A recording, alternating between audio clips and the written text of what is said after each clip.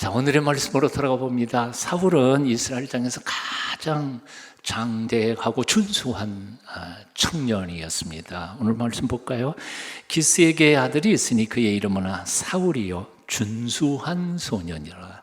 이스라엘 자손 중에 그보다 더 준수한 자가 없고, 준수가 뭐예요? 미남이라는 거죠. 예, 미스터 이스라엘 뽑으면 1등 할 거라는 거예요. 그보다 준수한 사람 없었다는 거죠. 키는 모든 백성보다 어깨 위만큼 더 컸다. 머리 하나만큼 더 큰 장대한, 기골이 장대한 젊은이였다는 겁니다. 사울은 또한 아버지의 말씀에 전적으로 터달지 않고 순종하는 순종의 아들이었습니다. 그리고 사울은 왕으로 집이 뽑힌 그 순간에 집 보따리에 숨어 들어갈 만큼 순수하고 겸손한 젊은이이기도 했습니다. 자기를 멸시하던 사람들에게 잠잠히 참았던 온유한 사람이기도 했습니다. 성경은 이렇게 말씀하지요. 어떤 불량배는 이르되 이 사람이 어떻게 우리를 구원하겠느냐 하고 멸시하며 누구를? 사울을. 예물을 바치지 아니하였으나 그는 잠잠하였더라. 사울이 잠잠했습니다. 여러분, 나를 멸시하는 사람이 있는데 화내지 않고 잠잠했어요. 참았어요. 참 청년이, 젊은이가 이럴 정도의 성숙한 인격을 갖추었다는 것은 대단한 것이라고 생각합니다. 자, 그런가 하면 사울은 영적으로도 거듭난 새 사람이었습니다. 사무엘상 10장 6절입니다. 내게는 여호와의 영이 크게 임하리니 너도 그들과 함께 예언을 하고 변하여 새 사람이 되리라. 이렇게 예언을 한 거 성취된 게 바로 9절 말씀이에요. 그가 사무엘에게서 떠나려고 몸을 돌이킬 때에 하나님의 새 마음을 주셨고 그날 그 징조도 다 응하니라. 완전히 성령으로 충만해서 새로운 사람이 된 게 사울이었다 그 말이에요. 게다가 암몬과의 전쟁에서 승리한 후에 백성들이 사울의 왕권에 도전했던 그 자기를 멸시했던 사람들을 죽이자고 웅성거리고 아우성칠 때 그는 어질게 죽이지 말라고 너그러운 마음을 가지고 용서하던 왕이었다는 겁니다. 또 읽어볼까요? 백성이 사무엘에게 이르되 사울이 어찌 우리를 다스리겠느냐? 한 자가 누구니까? 그들을 끌어내서서 우리가 죽이겠나이다. 백성들이 지금 폭동이 일어나서 사울을 멸시했던 사람들 다 죽이겠다 그런 거죠. 그런데 사울이 뭐라 그럽니까? 사울이 이르되 이날에는 사람을 죽이지 못하리니 여호와께서 오늘 이스라엘 중에 구원을 베푸셨기 때문에 이를 사람 죽이는 게 합당할 거냐? 그만두라 하고 포기했습니다. 자, 지금까지 사울에 대하여 쭉 설명했습니다. 대단한 사람이에요. 첫째, 잘생겼어요. 둘째, 기골이 장대했어요. 셋째, 순종하는 사람이었어요. 겸손했어요. 온유했어요. 거듭난 사람이 성령 충만한 사람이었어요. 자기를 대적하는 반대 세력에 대하여 어질고 너그럽게 용서하는 왕이었어요. 대단한 사람 아니었습니까? 그런데 그런 사울이 하나님 앞에 버림을 받게 됩니다. 버림을 받게 됩니다. 어쩌다가 그렇게 된 것입니까? 어쩌다가 그렇게 준수했던 순종의 사람이 하나님께 불순종하게 됩니까?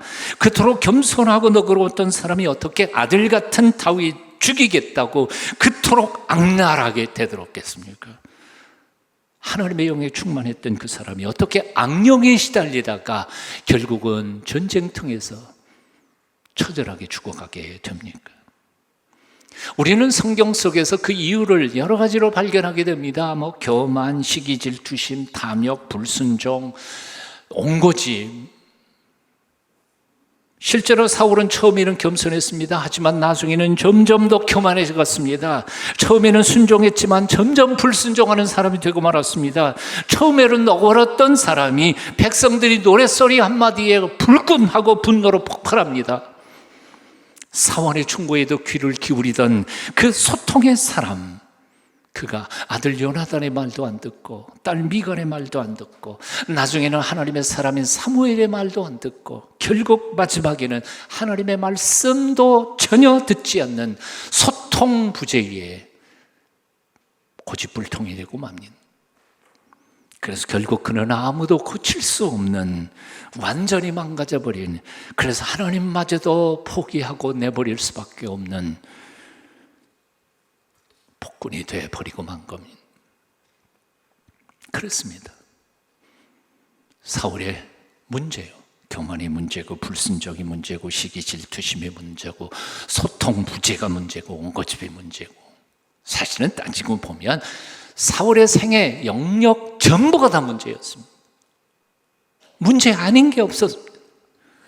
다시 묻습니다. 도대체 어쩌다가 이렇게 된 겁니까? 완벽하고 멋지게 시작한 그의 인생이 어쩌다가 이렇게 엉망이 돼버리고 만 것입니까? 이유는 딱 하나입니다. 간단합니다. 초심을 잃어버렸기 때문입니다. 초심을 잃어버렸기 때문에 그랬습니다. 오늘의 메시지입니다. 초심을 잃지 마라. 초심을 잃지 마라. 불망, 초심. 초심이란 뭡니까? 글자 그대로 처음 마음입니다. 처음 품은 마음, 처음에 다짐하는 마음, 첫사랑의 마음, 순수한 마음, 초심입니다. 초심이라는 단어만 생각해봐도 벌써 가슴이 설레지 않습니까? 초등학교 첫 등교하는 어린이의 마음, 초심이에요. 새내기 대학생의 마음, 첫 출근하는 직장인의 마음, 처음 예수님을 믿고 예수님을 알았을 때의 그 마음, 안수받을 때의 그 마음, 다 초심입니다. 미래가 정확하지는 않지만 하나님이 베풀어 주실 미래를 꿈꾸면서 첫걸음을 떼면서 결심하는 마음, 초심입니다. 처음 직장에 입사할 때 대부분의 사람들은 다 이렇게 나름대로 결심합니다. 내가 정말 열심히 일해야지. 열심히 일해서 이 분야에 내가 최고의 전문가가 돼야지. 하지만 이 일이 조금만 익숙해지게 되면 사람들은 너나 할 것 없이 익숙해짐 때문에 대충대충 하게 되고, 그리고 자기 일거리에 더 보태지면 귀찮게 생각하고 열심을 상실하게 되어버립니다. 어떤 조사에 의하면 직장인이 초심을 유지하는 데 기간이 보통 평균 1년이라고 한다고 합니다. 물론 어떤 사람은 5년 가기도 하고 어떤 사람은 몇 개월 만에 끝나지만 여하튼 평균 1년이라고 합니다. 그리고 시간이 얼마 흐르면 거의 10명 중에 8명은 초심을 잃어버리고 2명 정도만 초심을 지켜 행한다고 합니다. 미스터 피차 정우현 회장의 글 중에 이런 글이 있습니다. 자연의 꽃은 순리에 떨어지지만 인생의 꽃은 초심을 잃기 때문이다. 자, 이 멋진 말이라고 생각해요. 인생의 꽃은 뭐라고요? 초심을 잃기 때문에 진다. 자신감이 오만으로 변질될 때 위기가 찾아온다. 자신감이 오만으로 변질될 때 위기가 찾아온다. 그래요.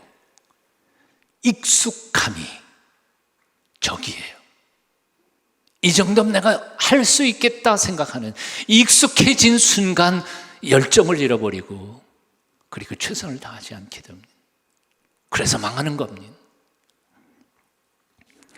어떤 목사님이 쓰신 글입니다. 가장 지혜로운 삶은 영원한 초심자로 살아가는 것이다. 우리가 무엇이 되고 무엇을 이루었다고 생각할 때가 가장 위험한 때이다. 우리 인생의 위기는 초심을 상실할 때에 찾아온다. 초심을 상실했다는 것은 교만이 싹트기 시작했다는 것이요. 옳은 말 아니에요? 마음의 열정이 식기 시작했다는 것이고 겸손히 배우려는 마음을 상실해 가고 있다는 것이다. 처음에 가졌던 순수한 마음이 변질되어 자신을 자꾸 내세우려는 것, 또한 자신만의 성곽을 구축하려는 것은 아주 추한 마음이다. 그게 망하는 지름길인 거지.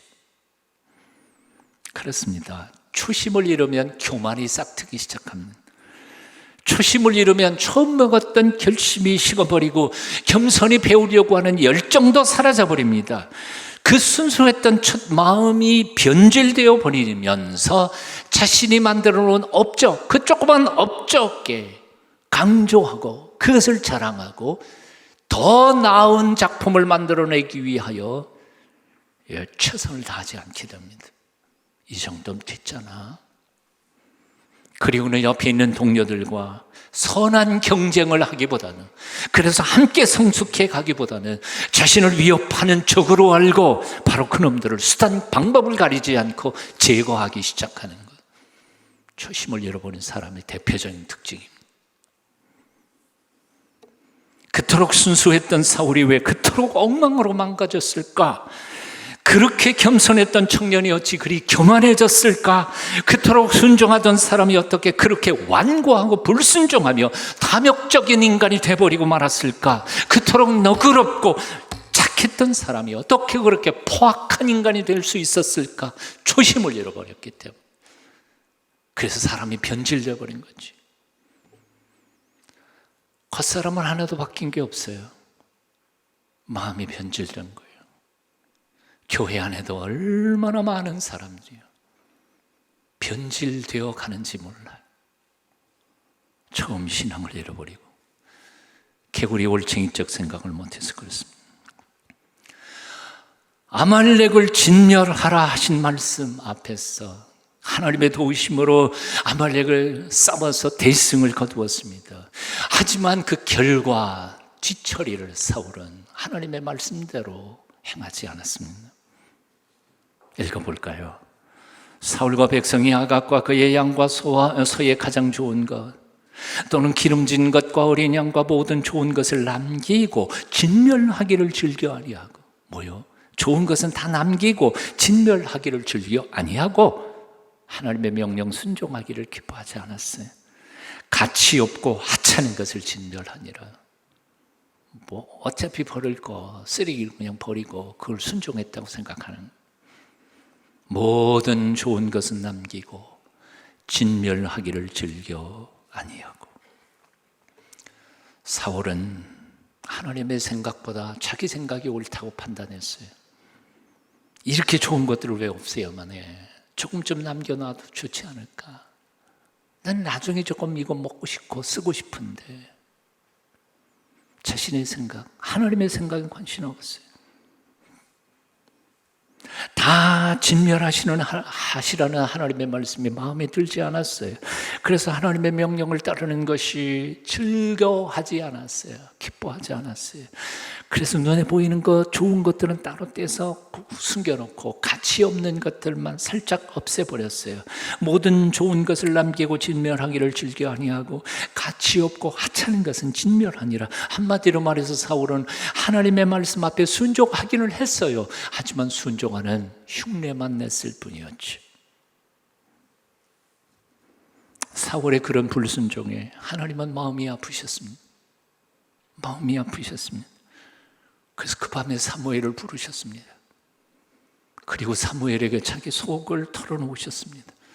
내가 사울을 왕으로 세운 것을 후회하노니, 내가 사울을 왕으로 세운 것을 후회하노니, 내가 사울을 왕으로 세운 것을 후회하노니 그가 돌이켜서 나를 따르지 아니하며.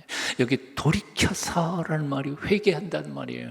근데 그 회개한다는 말의 본래의 뜻은 뭡니까? 세상적으로 살던 사람이 하나님께로 돌아오는 게 회개예요. 근데 얘는 지금 하나님 안에서 살던 놈이 세상으로 돌아가 버린 거예요. 거꾸로 회개하고 있는 거예요. 지금 거꾸로 회개했어요. 그가 돌이켜서 나를 따르지 아니하며 내 명령을 행하지 아니하였습니다 하신지라. 사무엘이 근심하여 온 밤을 여호와께 부르시니라. 죄는 사울이 지었는데 내가 사울을 왕으로 세운 것을 후회하노라. 하나님이 탄식하십니다. 탄식하시는 하나님의 마음을 너무나 잘 알았던 사무엘도 그 밤에 잠을 이루지 못하고 통곡하며 하나님 앞에 올려보셨습니다. 그야말로 하늘도 울고 땅도 우는 통곡의 밤, 비극의 밤중이었습니다. 그것도 모르고 사울은 또다시 일을 저지르고 맙니다. 그 다음 말씀 봅니다. 사무엘이 사울을 만나려고 아침에 일찍 일어났더니 어떤 사람이 사무엘에게 말하여 이르되 사울이 갈멜에 이르러 자기를 위하여 기념비를 세우고, 뭐라고요? 자기를 위하여 기념비를 세우고 발길을 돌려 길갈로 내려갔다 아니라. 뭐가 그렇게 바빴던 거예요? 그날 밤을 꼬박 세운 사무엘이 사울을 만나려고 쫓아갔는데 사울은 이미 사라져버렸어요. 자기를 위해 기념비를 세우고 길갈로 가버렸어요. 그 대승전의 기쁨과 감사에 제단을 하나님 앞에 쌓아서 예배드린 게 아니고 자기를 위하여 승전비를 세우고 공덕비를 세우고 기념비를 세우고 하나님 앞에 나와 감사하기는 그러니까 제 갈 길로 가버렸어요. 기가 막힐 노릇이었습니다. 그토록 겸손했던 사울이 어떻게 이토록 교만해졌습니까? 앞에서 얘기했던 것처럼 하나님께서 처음 부르실 때 그 사울 초심을 잃어버렸기 때문이었습니다.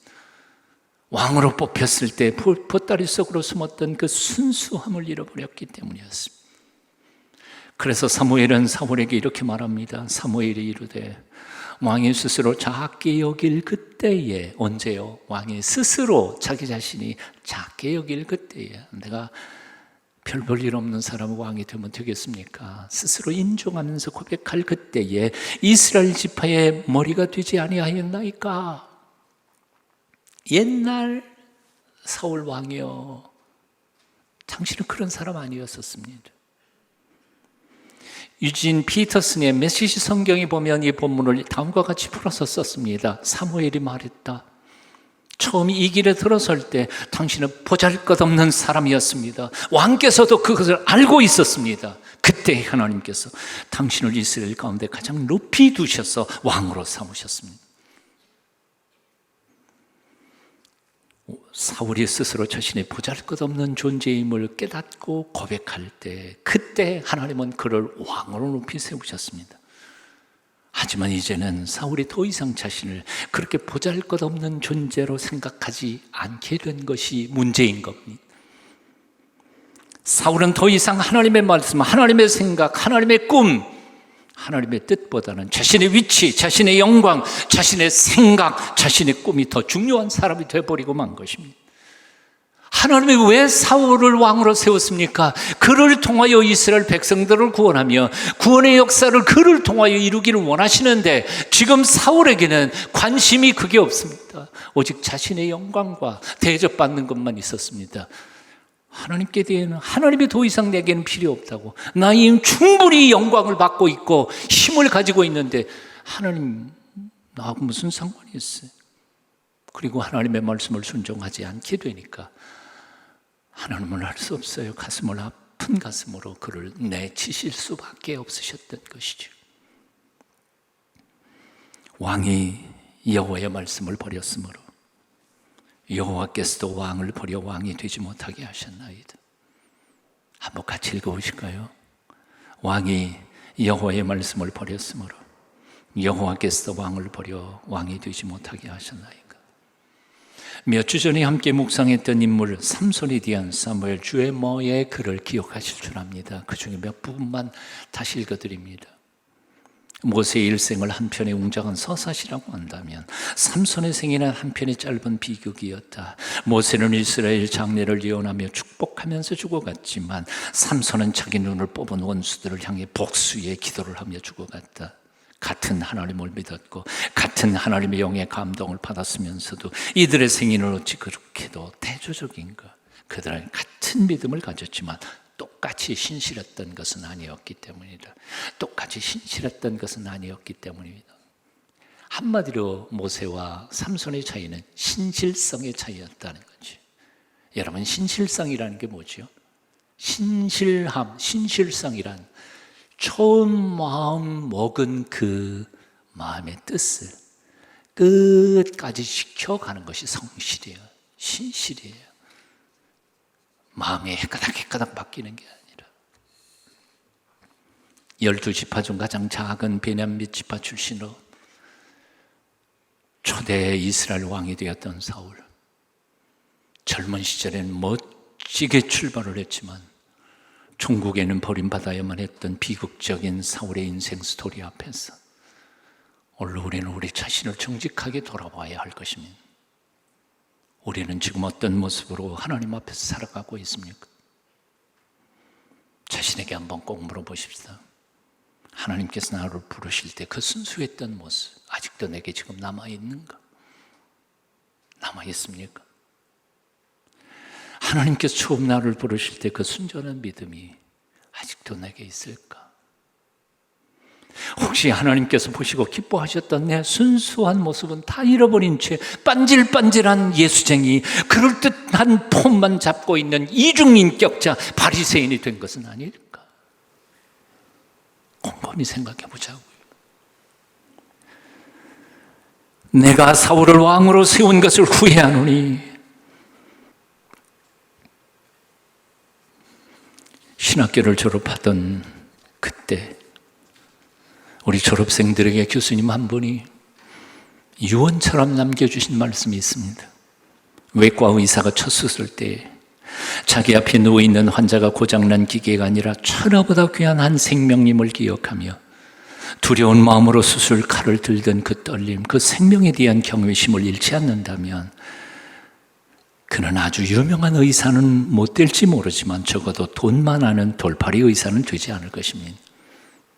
이 말씀하시고 더 보탠 말씀이 있었어요. 만일 한 번 메스를 대고 두 번 대고 10년 긋고 그러다가 보면 만내리즘에 빠져가지고 앞에 누워있는 사람이 사람인지 짐승인지 고장난 기계인지 모르고 뿍뿍 긋다가 보면 그면서 담배 피우고 음담패설하고 그러다가 보면 뱃속에다가 메스도 집어넣고, 그리고 꿈에는 이 실력이 없어서 돌팔이 의사가 아니라 의사의 정신을 잃어버린 가짜 의사들이 수없이 많이 태어난다는 거예요. 그 첫 떨림만 잊어버리지 않는다면 훌륭한 의사가 될 수 있다. 비유를 드시고는 저희들을 위해 이렇게 또 말씀하셨습니다. 여러분이 강단에 서서 처음 설교할 때 이 죄 많은 인간이 어떻게 엄유하신 하나님의 말씀을 선포할 수 있을까 하는 두려운 마음으로 말씀을 전하는 그 순간의 떨림, 경외심을 잃지 않는다면 여러분은 유명한 목사는 못 될지 몰라도 적어도 망나니 가짜 목사는 되지 않을 것입니다. 그 첫 강단의 두려움, 그 초심을 결코 잃지 마십시오. 그 말씀을 하시고는 2년 뒤에 세상을 떠나셨습니다. 너무 과로를 하셨기 때문이었죠. 고 김희태 교수님. 지난 40년 동안 목회하는 동안에 제가 초심을 잃어갈 때마다 그분의 그 유언 같은 말씀은 비수처럼 제 가슴을 찔러 저를 지켜줄 수 있었습니다. 초심을 잃지 마라. 내가 전에는 누구였었는지, 지금은 누구인지 결코 잊지 마라. 김범권이라는 목사님의 글입니다. 자연은 없습니다. 모든 것은 하나님이 만드신 천연입니다. 하늘 천자 천연입니다. 자비량은 없습니다. 자비량은 아닙니다. 주님이 준비하시는 주비량입니다. 자존심은 안 됩니다. 주님만 높이는 주존심이어야 합니다. 스스로 자자가 들어가면 타락입니다. 자생하려고 하면 망합니다. 하나님 없이 자생하려다 영원한 사망으로 떨어진 것이 마귀입니다. 스스로 계시고 사시는 분은 오직 하나님뿐입니다. 우리는 살라는 대로 살아야 할 생명들입니다. 스스로가 아닌 오직 예수로, 스스로가 아닌 말씀과 성령으로 살아야 합니다. 아멘. 초심을 잃으면 모든 것은 의미를 상실해버린 장식품이 되고 맙니다. 사랑을 여러분, 첫사랑을 회복하십시다. 처음 주님의 눈빛을 만났던 그 초심을 회복하십시다. 우리의 생명의 근원이신 하나님만 우러러 바라보며 지금도 최선을 다하여 서로 사랑하며 섬기면서 살아가는 성숙한 하나님의 사람들이 다 되시기를 축원합니다.